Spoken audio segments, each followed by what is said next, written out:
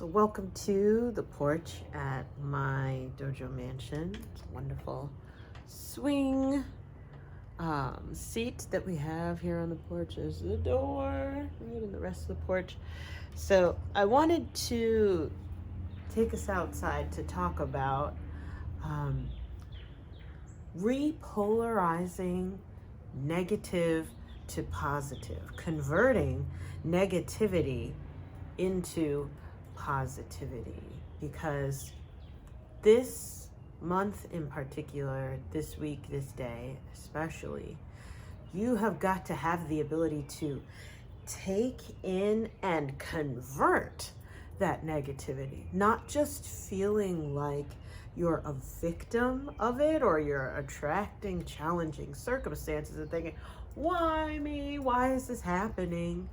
Right? As if there's something wrong with it. There's no such thing as coincidence. And we're going to be talking about that, especially around converting negativity to positivity. I'm Sensei Victoria Whitfield, your journey partner in business. I help impact-driven entrepreneurs and leaders like you get and stay grounded and clear in mind, body, and business. These messages are all about increasing your energy levels so that you can get more income and impact as you are called to. Yes. So if that speaks to you, make sure you like, subscribe, hit the share button for anyone else that you know who needs to hear more about this. And so this is your business energy flow forecast, and I call it a forecast because I want you to cast your mindset for the day first thing. It's meant to be repeated every morning throughout the work week.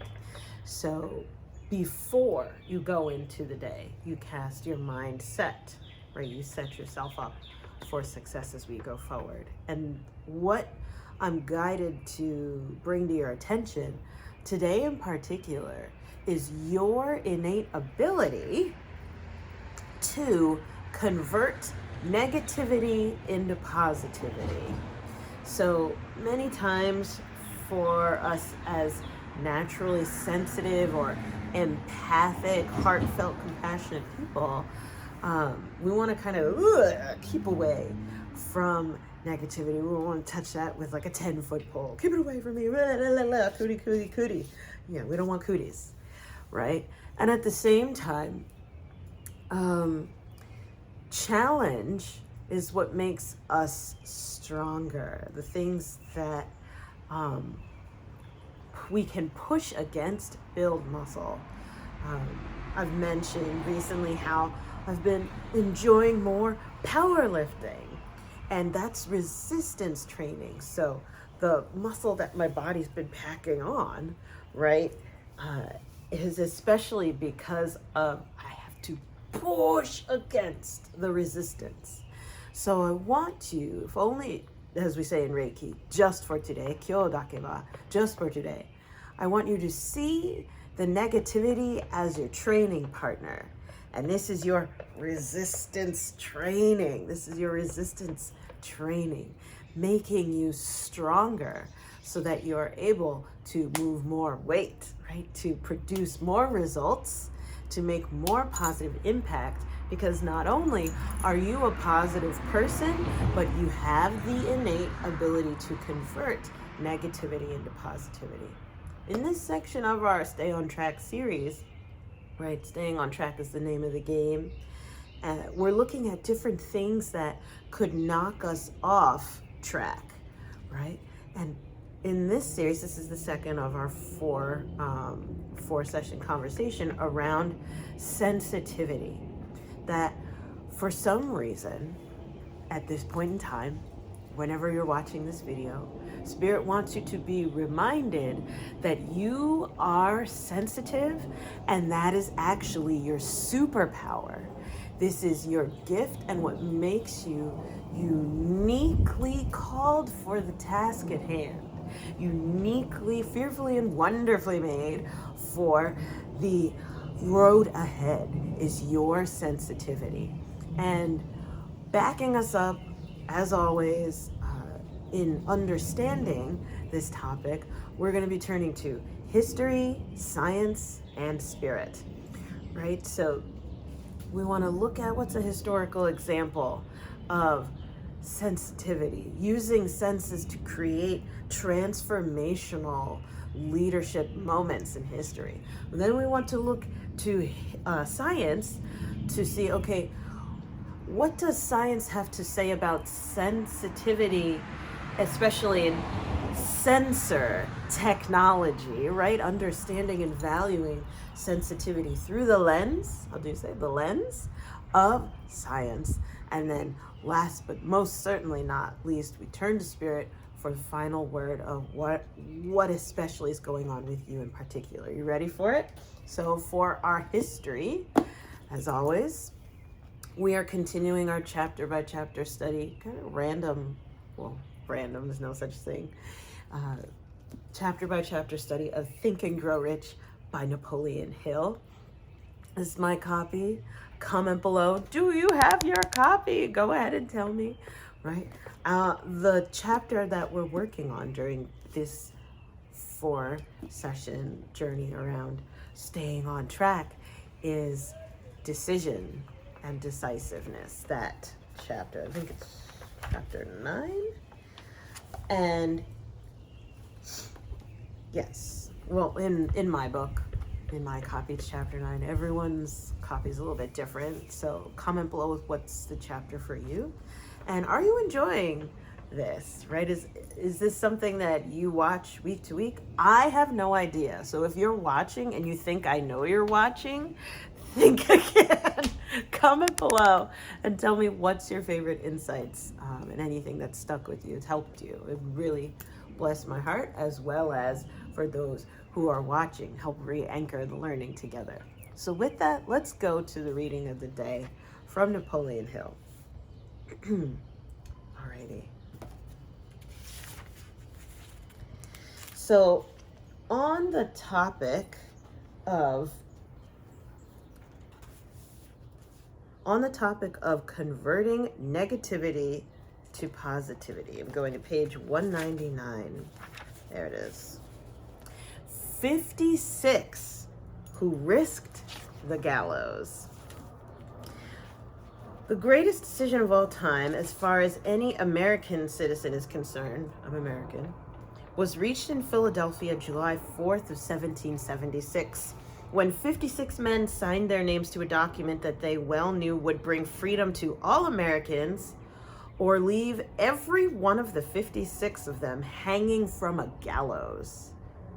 Do you know what hanging from a gallows means, right? To be hanged until dead, strangled until dead. You have heard of this famous document, but you may not have drawn from it the great lesson in personal achievement it so plainly taught. It's nothing short of a tragedy that the writers of history have missed entirely even the slightest reference to the irresistible power that gave birth and freedom to the nation destined to set up new standards of independence for all the peoples of the earth.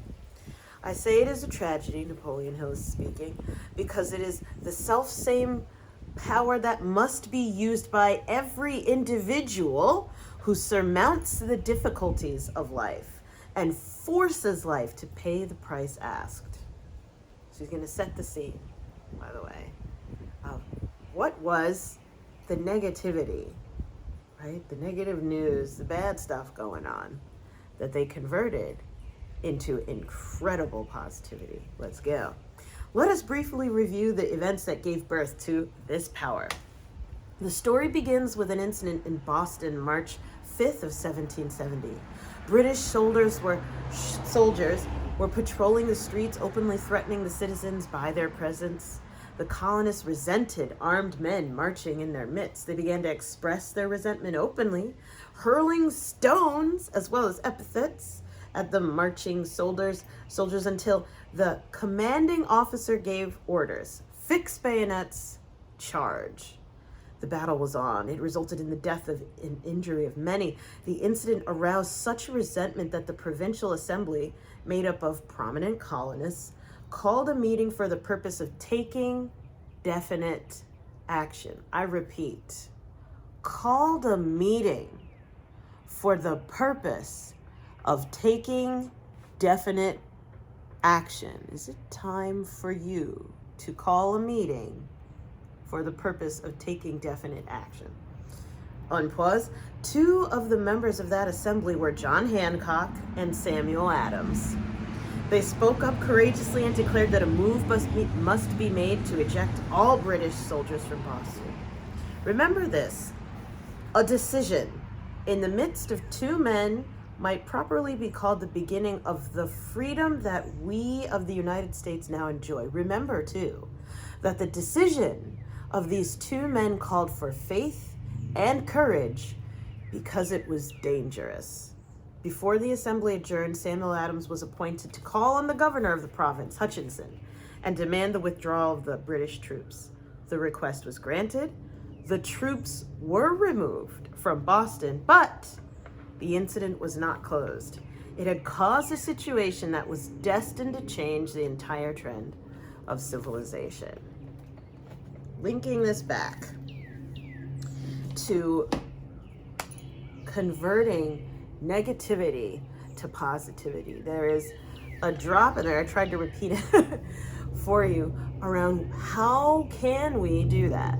For one, we sensed, if we are the colonists in this historical example, we sensed our discomfort and dislike of what was going on.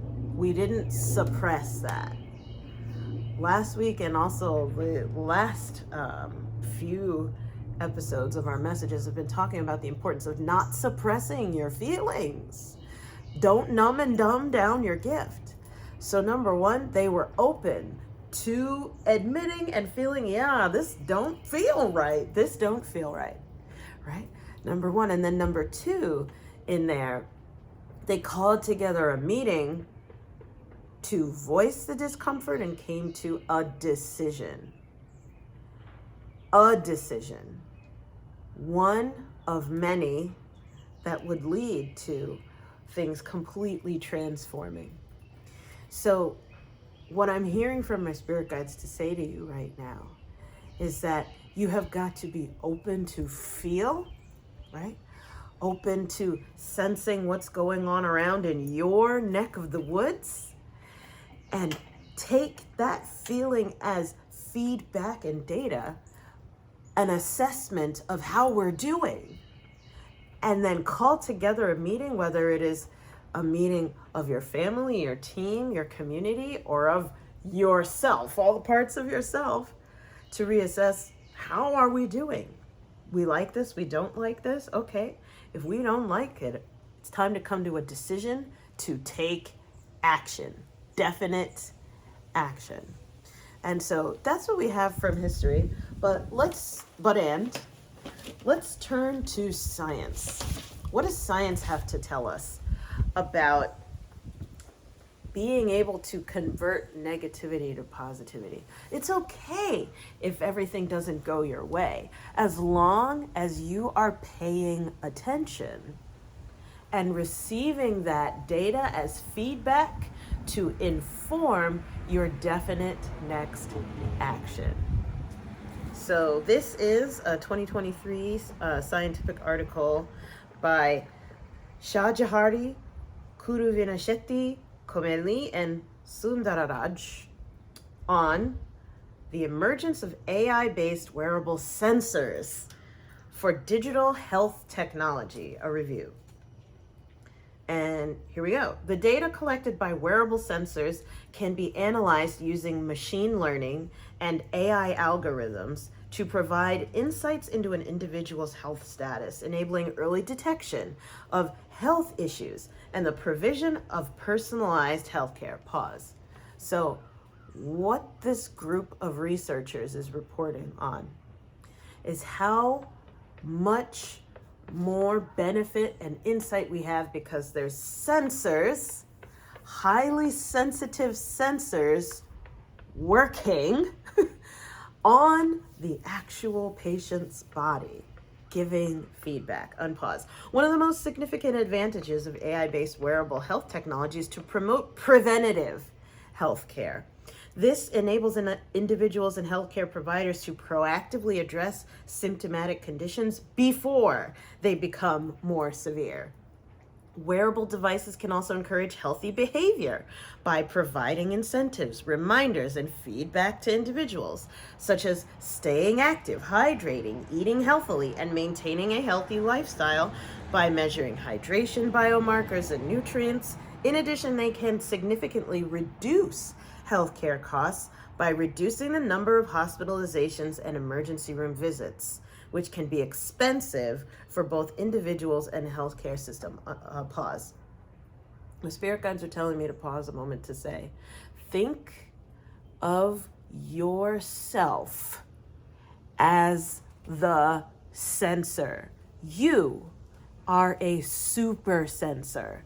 Nobody, nothing, no wearable device, nothing has can even compete with you.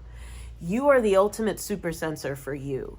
You are the ultimate data collection device. Your senses, your emotions, your feelings. What matters most is what? What matters most is how you feel. Think of yourself as the super sensor of your life, picking up on crucial data that can prevent disaster, save you money, right? Can inform you how to be proactive about making things even better. All the stuff that they just said. Unpause. I digress. Wearable technology enables remote monitoring of patients and personalized care. Further recommendations will be available to the patients through AI algorithms on an individual's diet and exercise habits. These tailored suggestions aim to improve overall health and reduce the risk of chronic diseases. Despite the potential benefits of wearable health technology, there are several challenges, right? So here we go with the negativity. Let's look at it. Such as the accuracy and the reliability of the data collected by these devices. As the biosensors are still in the development stage in monitoring biochemical signals, the technology is yet to sense biological biomarkers continuously, and they need to achieve higher sensitivity, selectivity, and accuracy towards specific biomolecule sensing. What do you need to achieve more of? Higher sensitivity, selectivity, and accuracy, right? You need to be, as they said, reliable, a reliable data source. If you keep numbing and dumbing yourself, if you keep taking the pills, drinking the booze, if you keep stuffing your feelings, you are not a reliable data source for how you're doing. All right, let's continue. When using wearable technology to collect and transmit sensitive health data, there is a risk of data breaches and unauthorized access to personal information. Healthcare providers and device manufacturers must ensure appropriate and extra care. So this is essential. Tying this back to converting negativity to positivity. When you get negative feedback, yourself as the super sensor, it's your job to convert that to relevant, accurate, reliable feedback data. Don't just reject it. Can you imagine this? So this is describing like those health watches or maybe blood sugar monitors and all those types of stuff that are put on the body. Can you imagine if those sensors decided to not report on the bad stuff?